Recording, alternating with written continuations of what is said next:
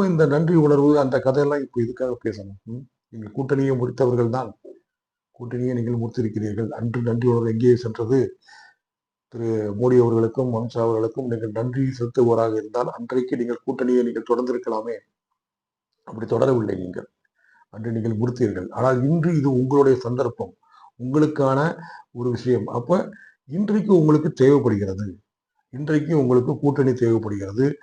வாக்கு சதவீதம் உங்களுக்கு தேவைப்படுகிறது.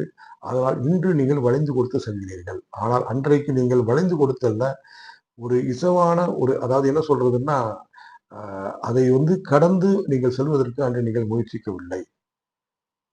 அன்று எடுத்தேன், கவிழ்த்தேன் அப்படின்ற முறையில் நீங்க கூட்டணியை அன்று நீங்கள் முடித்திருக்கிறீர்கள். அதுதான் உண்மை. ஏன் அப்படின்னு சொன்னா, இப்ப இன்னைக்கு உங்களுக்கு தேவைப்படுது இன்னைக்கு கூட்டணி. அதனால் இன்று நீங்கள் அமைதி காக்கிறீர்கள், இசைந்து செல்கிறீர்கள் அப்படின்றத பார்க்கலாம். இப்ப